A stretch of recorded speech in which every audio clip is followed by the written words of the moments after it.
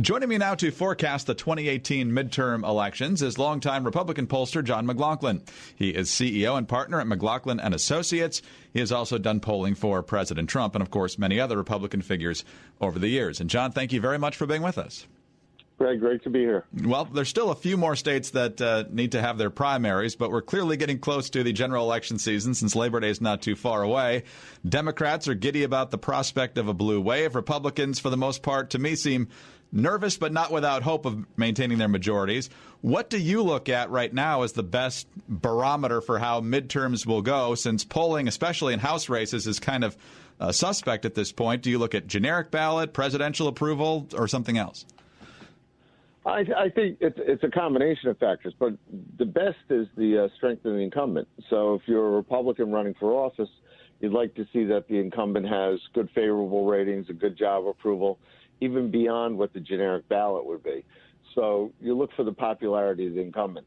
And then in that, you also look for there are partisan differences. It's a very polarized electorate right now where 90% of the Republicans generally support a Republican, 90% of the Democrats generally support a Democrat, and the battle is a lot of places in a lot of key districts. It's over the independent voters that go back and forth. But strong incumbents score well on their favorable ratings, they score well on their job approval, and they also get a majority of the vote. So if I'm an incumbent, I'd be looking to have a majority of the vote and then hold it.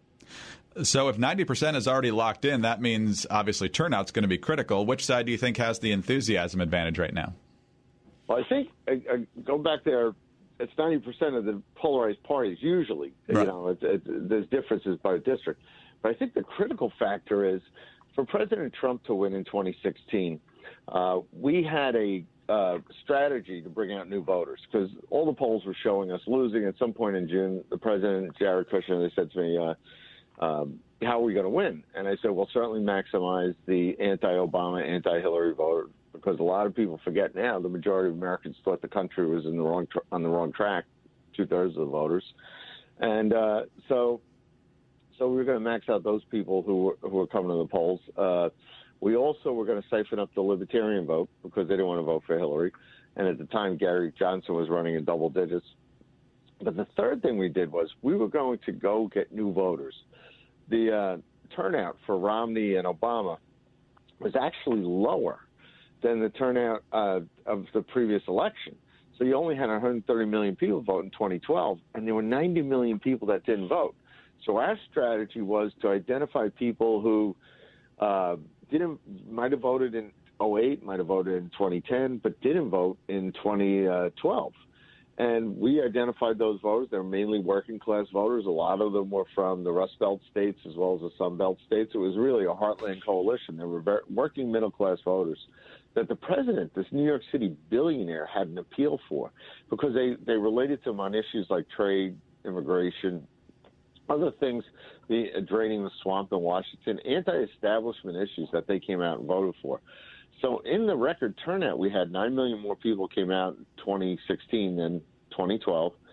In the record turnout we had, there were 63 million Trump voters. A lot of those voters did not vote in 2014.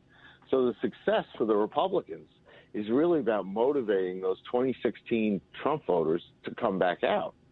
And you're seeing special elections now where the Republicans were losing the Ohio 12 special election. Republican candidate was trailing the Democrat. The Democrat was more moderate, saying didn't support Pelosi, et cetera.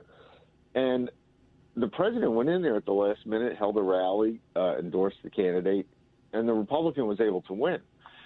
But there was 206,000 voters in that district that came out in November of 2012 for President Trump.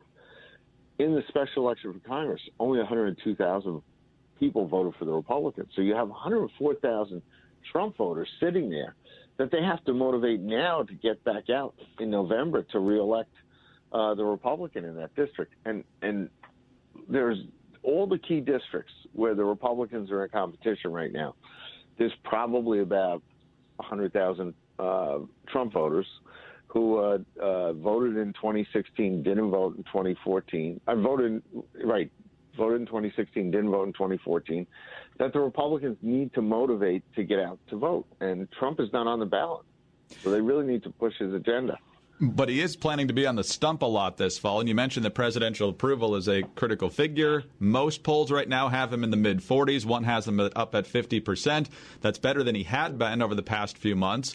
But ultimately, do you think that's a good strategy? Democrats see him as a motivating factor for the other side, too. But as you just said, Trump is able to get people to the polls for Republicans that apparently nobody else can, at least in recent years.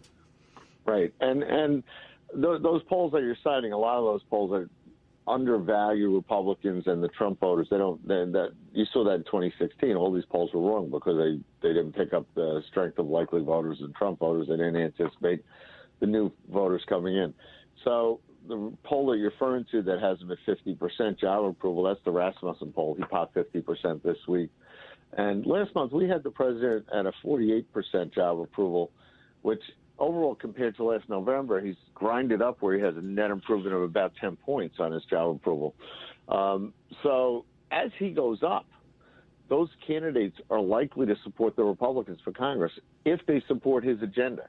You're also seeing in these primaries candidates who are Republicans that were never Trumpers, critical of him, or still don't support his agenda, like Governor Tim Pawlenty in Minnesota, lost the primary to a Trump supporter and lost it decisively.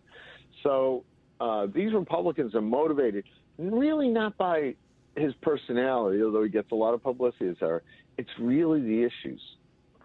And the issues, whether it's fixing this broken immigration system, securing the border, making the tax cuts that are moving the economy forward, making those tax cuts permanent, strengthening our national defense, fixing the broken healthcare system. The voters want to see a member of Congress who supports the president's agenda move forward. In the same surveys I'm referring to, our survey last month, when we asked them, do you approve or disapprove of the job he's doing, the president was 48% approved, 50% disapprove, and at times he breaks 50%. But when we asked the same question about the Republican majority in Congress, it's only 40% approve and 55% disapprove among all voters. So you have a quarter of the Republicans and Trump voters who don't approve of the job Congress is doing right now because they're really not pushing the president's agenda as forward as strongly as they'd like to see it pushed forward and pushed ahead. So that's the real key thing for the Republicans is they really need to vote on things that the majority of Americans support. Even paid parental leave. The president's got a plan to paid parental leave, but the Republicans in Congress and the Senate aren't going to vote on it until next year. 3/4 of the voters, 75% of the voters approve of that. And, Congress needs to get things done because they're on the ballot this November, not the president. We're talking with longtime Republican pollster John McLaughlin, CEO and partner at McLaughlin and Associates. And, John, one of the reasons the Democrats are so bullish is because they believe they've outperformed in a lot of these special elections. They were able to actually win 2 seats that were thought to be safe Republican, Alabama Senate and the Connor Lamb seat now in Pennsylvania. And they've come very close in what were believed to be safe Republican districts, most recently in Ohio 12. So they think if they even came that close, they're going to do great in these more competitive districts. A lot of folks on the right say, well, close doesn't count, and special elections are a different dynamic than general elections. So what's your read on how much import we should put on these special election results? I think a great deal of importance has to be put on them because the Democrats have figured out that they can motivate the anti-Trump vote. And that's what they're seeing. A typical midterm, when Barack Obama was president, we gained the House, we gained the Senate. We were picking up seats because the majority of Americans disapproved the job that Obama was doing, and 2/3 thought the country was on the wrong track. And what you're seeing now is you're seeing in Alabama, since you cited that state, 2.1 million voters came out in Alabama in November 2016, and the president got 2/3 of that vote. In the special election for Congress, you only had, for the Senate, for the U.S. Senate, in that special election, you only had 1.4 million voters come out. And the Democrat just barely won. So you had roughly, you had roughly 500,000 voters who voted for the president not come back out. And in the Pennsylvania 18 race that you cited, you had a Democrat ran as pro-life, pro-guns, anti-Pelosi, copied the Republicans' agenda, so kind of neutralized their support. Now, the president did try to campaign for the Republican candidate, but without an aggressive agenda where you're calling the Democrats and say, do you really vote? Do you really support these things? And then we're going to vote on these things and make the Congress vote on things that would be representative of the difference. Like, for example, the Democrats have, since some of these Democrats want to abolish ICE, the Immigration Enforcement Authority that detains and picks up criminal illegal aliens, some as dangerous as MS-13 gang members. The Democrats want to abolish that. Well, make them vote on it. Make the Senate vote on it. But in Pennsylvania 18, you had the problem I'm talking about, where 102,000 Trump voters who voted in November of 2016 did not vote in that special election, while only 60,000, roughly 60,000 Clinton voters did not vote who came out the previous November. So the other side's more motivated. The Republicans in Washington need to get their act together to vote on things to motivate these 2016 Trump voters and get them back out. That's the key to winning. Last 10 seconds, John. I don't know if it's too early to suggest where you think this is going to shake out in November, but if the election were held today, what do you think? I think it'd be very close. The Republicans have a chance because there is time. If the Republicans motivate their base, if they have critical votes in September, October on important issues to the Trump coalition, then I think we get our base out and we can hold the House. And we'll definitely gain Senate seats. But it's really up to what they do in Washington right now. If the people see them voting on things that matter to them, we will be able to hold the House and pick up Senate seats. We'll be watching. John, great insights. Thank you very much for your time today. Thank you. John McLaughlin, CEO and partner at McLaughlin and Associates, longtime Republican pollster, and pollster for President Trump during the 2016 campaign. I'm Greg Columbus reporting for Radio America.